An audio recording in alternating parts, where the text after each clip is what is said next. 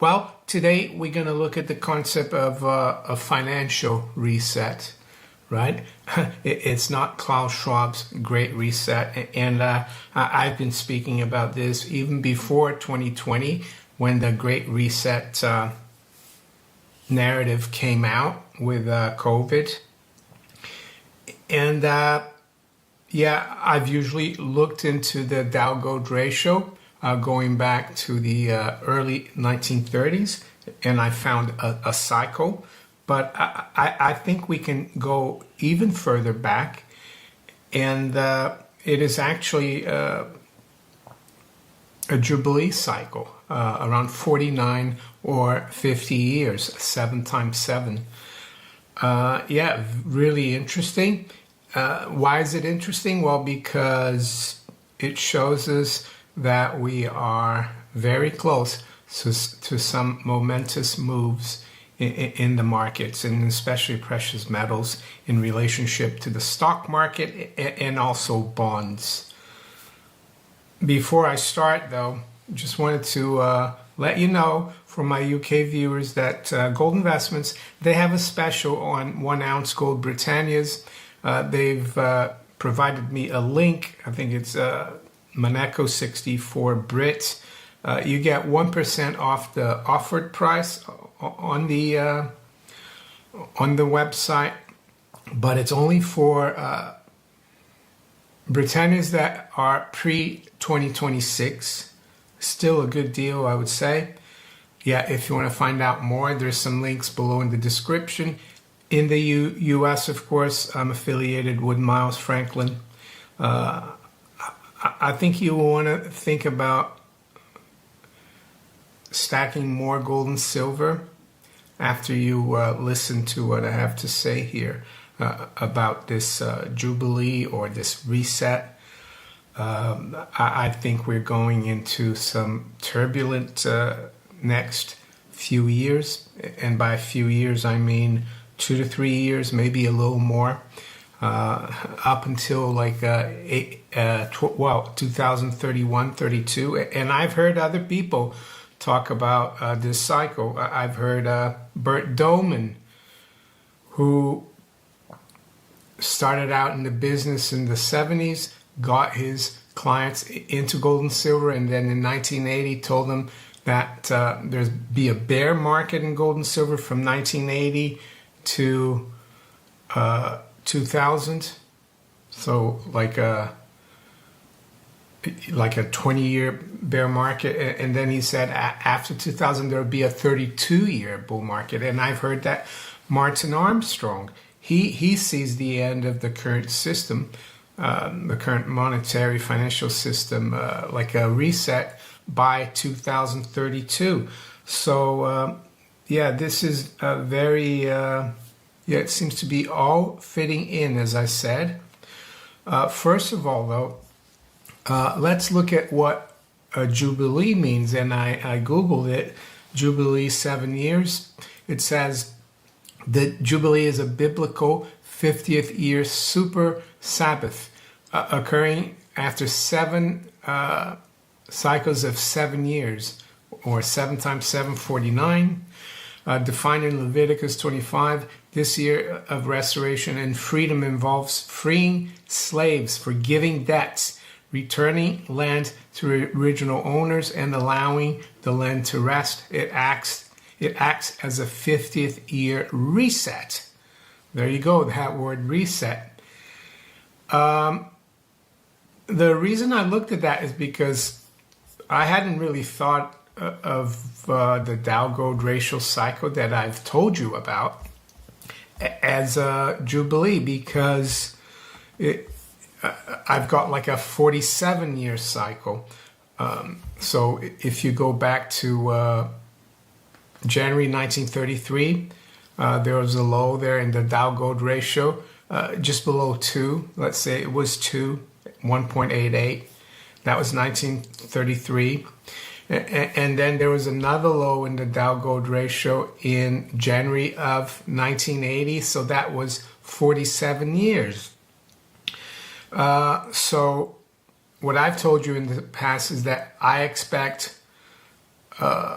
some kind of reset or the Dow Gold ratio to reach some really important levels by January 2027. What's it got to do with the 49, 50 years? Well, the thing is, the real low in the Dow in the early 30s was not in 1933, it was in 32. And also the high in the 10-year yield, treasury yield, which is a debt. It's a debt on the public, right? Government debt is a burden on the public. Slaves have debt, right? Well, the high yield was in 1981. And that means the price dropped massively, so the debt was written off. So if you take 32 plus 49, you get 1981. That's the 49 year, let's say, Jubilee. And then if you add 49 to 1981, you get 2030, which is, of course, very close to 2032. If you add 50 years to 1932, you get 1982 and then 2032. And I've gone back as well. So if you subtract 50 years from 1932, you get 1832. There was a panic actually in 1880. You get 1882, yeah. 1932 minus 50. There was a panic in Paris, in the Paris Bourse. It did have an impact internationally, as it says here. Let's see, panic of international context. While primarily a French crisis, it contributed to a broader, milder global economic slowdown known as the Depression of 1882-85. So there you go. And then if you go back another 50 years from 1882, you get 1832. That's when the war between Andrew Jackson and the Second Bank of the United States started. Of course, you had the crash, the panic of 1837, but it started around there, 1832. And if you go back 50 years from 1832, you get around 1781, 1782. And what happened in 1781? Well, the continental dollar basically collapsed, became worthless. There's a saying, of course, not worth a continental. Its nickname was shin plaster. What it's telling me is that the debts are going to be forgiven, and how is that going to work out? Well, it has all to do with gold, because the higher gold goes, the less valuable the debt becomes. And that's why I think we are for some very interesting times. The Dow Gold ratio is like a symptom of that. And that's why I think we're going back to at least 1-to-1.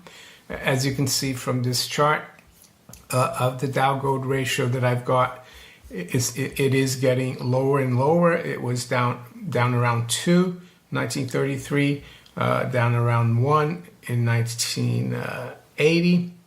So it could go to 1/2. What would that mean? That would mean that you would only need half an ounce, troy ounce of gold to buy 1 Dow. It makes a big difference, 1-to-1 or 1/2. And so I think it's going to be a turbulent, chaotic time, not just financially, monetarily, and economically, but also socially. And I think by 2032, everything will be reset. And having gold will free you, in my opinion.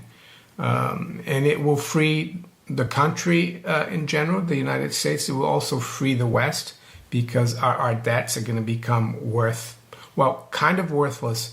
So the other thing that I see the central banks doing is that they're going to try to keep debt levels elevated, and they're going to do that by yield curve control.